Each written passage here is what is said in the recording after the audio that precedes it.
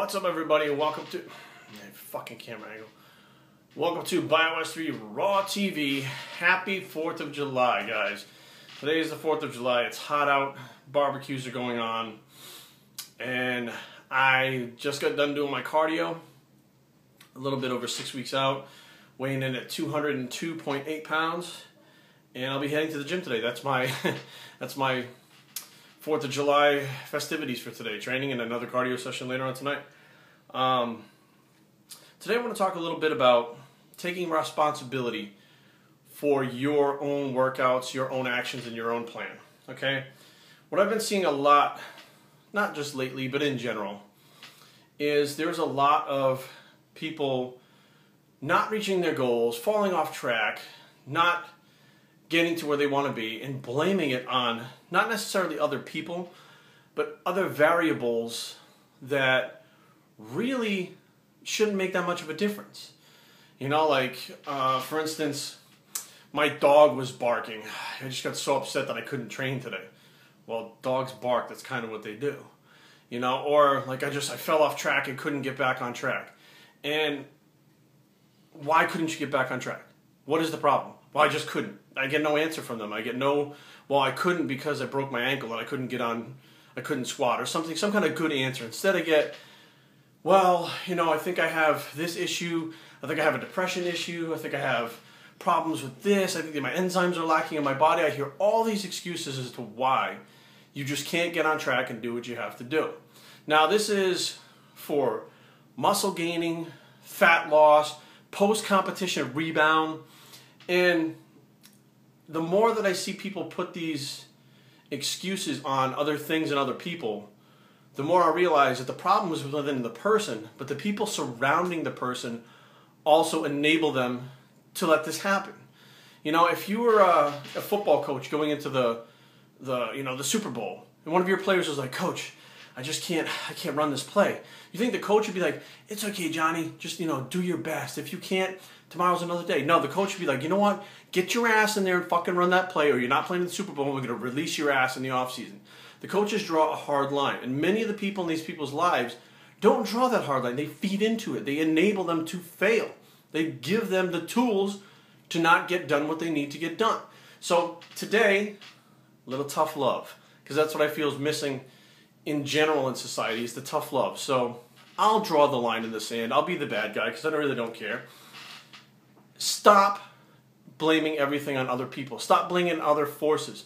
The bottom line is, if you haven't been in the gym getting your workouts in 100%, and you haven't been doing your cardio 100% to your ability, and you haven't been sticking to your diet for more than a day at a time, you cannot blame the outside forces. You need to look at what you can do. Okay? So what you now need to do is take one task at a time. This next meal, no further than this next meal, let's say it's 5 minutes away. Eat that meal the best that you can possibly do. Make it perfect. One time, right then. Don't worry about whatever else is going on in the day. You have chicken breast, you have broccoli, you have a cup of rice. Eat that and don't think about anything else. Then the next thing that comes up, your workout, think about just your workout. Don't get overwhelmed with everything else that's going around. But it is your responsibility. It's time for you to take responsibility for the fact that you're not doing things 100%. If you have a coach that tells you, because I do this to all my clients who compete, I say, excuse me, take Sunday off, and Monday get right back in the gym, and get back to doing what you're doing. Okay? And you don't do that. And Monday comes, and you're kind of like, I'm still tired, I'm happy about the competition, I'll do my diet like 80%. There's no one to blame but yourself. So you can't say, well, the coach didn't teach me what to do. They didn't tell me. They told you, you just didn't do it. And that goes day after day after day after day. You do everything just 80%. That is setting you up to fail. And if the people in your life are supporting that, saying, it's okay, patting you on the back, they're enabling you to fail, rather than saying, what did the coach say? The coach said to do this. Well, that's what you need to do to get to your goal. Plain and simple. I see these guys all the time coming up to me or write me emails saying, I can't gain a single pound. I have a fast metabolism. Jay Cutler, Ronnie Coleman, Dexter Jackson, he was a bantamweight who eventually made it to a super heavyweight in the Olympia. All these guys have fast metabolism. But the bottom line is, none of them are going to skip a meal. None of them are going to skip a workout. None of them are going to do anything detrimental to keep them getting to their goals. when I see these guys who come in that can't gain the weight, their body fat's still like 10, 11%. So your metabolism is not that fast.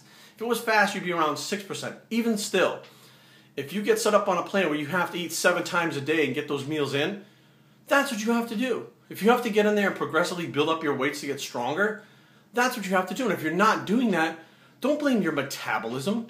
Don't blame someone else in the gym because you couldn't get on the bench press. Wait for the bench press.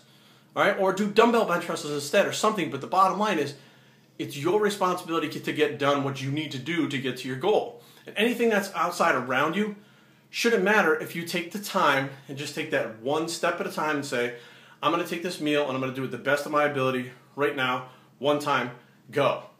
The next meal, I'm going to take this meal and do it the best of my ability, this one time, ready, go. And you consistently build those blocks. It's like bricks in a house. Every little brick counts until you have the house built. Then your workouts. You know, legs are hard, but I'm going to go in there, I'm going to give 110% just for this one leg workout, this one time, right now, ready, go. Next thing you know, there's another brick. So when you're done, you finally have the house you built, as opposed to going, oh, you know, I don't feel like training legs today, and it's tiring, and then you go back home and you tell your girlfriend, oh, you know, I didn't feel like doing legs, so just some extensions and leg curls. If I was the girlfriend and, you know, your legs were lacking for 5 years, you needed to get your ass in there and squat or leg press, I would be like, look, do you want to compete next year? Yeah. Do you want your legs to be bigger? Yeah. Stop fucking around with the leg extension, get in there and squat.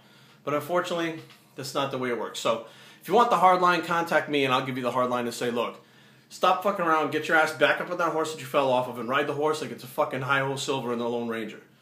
biosctraining@gmail.com. That didn't make much sense. Leave comments down below. www.biosctraining.com is the blog, and we're out.